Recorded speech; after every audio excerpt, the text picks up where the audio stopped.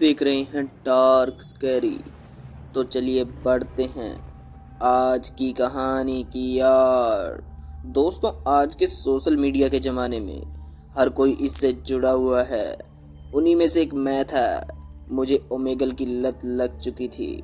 मैं हर दिन ओमेगल में लोगों से बातें किया करता था, लेकिन एक दिन मेरे साथ कुछ ऐसा हुआ जिसे मैं आज तक नहीं भुला पाया हूँ।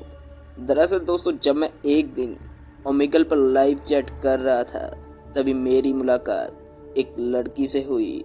वो देखने में काफ़ी ज़्यादा सुंदर थी। मुझे उससे पहली ही नज़र में प्यार हो गया। तो मैंने उससे बातें की और फिर उसका नंबर मांग लिया।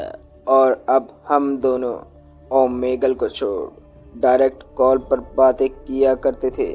लेकिन अब मेरी रुचि जल्द ही ख़त्म होने लगी और मैं थोड़ी ही देर बाद उसका कॉल काट दिया करता था। लेकिन जब उसका कॉल 2 हफ्तों तक नहीं आया तो मुझे उसकी फ़िक्र होने लगी। फिर मैंने जल्दी से अपना लैपटॉप खोला और ओमेगल साइट पर गया, लेकिन वहाँ भी वो ऑफलाइन थी। मैंने उसको कॉल करने की भी बहुत कोशिश की, लेकिन वहाँ से मुझे कोई रिप्लाई नहीं आया। अब 1 महीना बीत चुका था।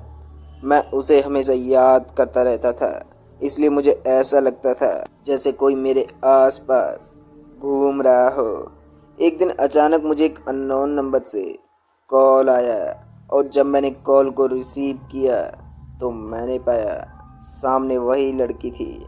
उसके बाद उसने मुझसे बड़ी ही मीठी आवाज़ में कहा, मैं तुमसे मिलना चाहती हूँ। और इतना कहने के बाद वो ज़ोर ज़ोर से रोने लगी। तभी मैंने उससे कहा, मुझे अपना एड्रेस दे दो। फिर उसके बाद उसने मुझे अपनी लोकेशन सेंड की और जब मैं उस लोकेशन पर पहुंचा तो मुझे वहां जाकर पता चला जिस लड़की की तलाश में मैं यहाँ आया हूँ उसकी मौत आज से लगभग 1 महीने पहले ही हो चुकी थी। फिर मैंने जल्दी से अपने फ़ोन को अनलॉक किया और उस अननोन नंबर को ढूंढने लगा, लेकिन अब वो नंबर कहीं गायब हो चुका था। इसके बाद मेरे साथ जो कुछ भी हुआ मैंने उसके परिवार वालों को बताया, जिसे सुनने के बाद उसकी मम्मी ने मुझसे कहा, वो अक्सर तुम्हारे बारे में जिक्र किया करती थी। उसने तुम्हारे बारे में बहुत सी बातें बताई। वो कहती थी, मुझे एक लड़के से प्यार हो गया है, वो मध्य प्रदेश से बिलोंग करता है। इतना सब सुनने के बाद मैं भी हैरान हो गया। फिर उसकी मम्मी ने मुझसे कहा, लगता है उसकी आत्मा को अभी तक शांति नहीं मिली है, इसलिए तुम्हारे साथ ये सब हो रहा है। उसके बाद मैं जल्दी से पास ही के काली माता के मंदिर पर गया और वहाँ से मैंने एक लॉकेट बनवाया। और फिर उस दिन के बाद से मुझे अपने आसपास किसी के भी होने का एहसास नहीं हुआ। तो दोस्तों, इस कहानी में बस इतना ही।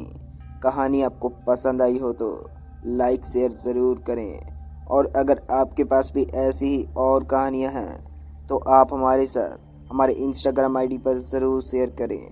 तो मैं आपका दोस्त मिलता हूँ जल्दी एक और नई कहानी के साथ।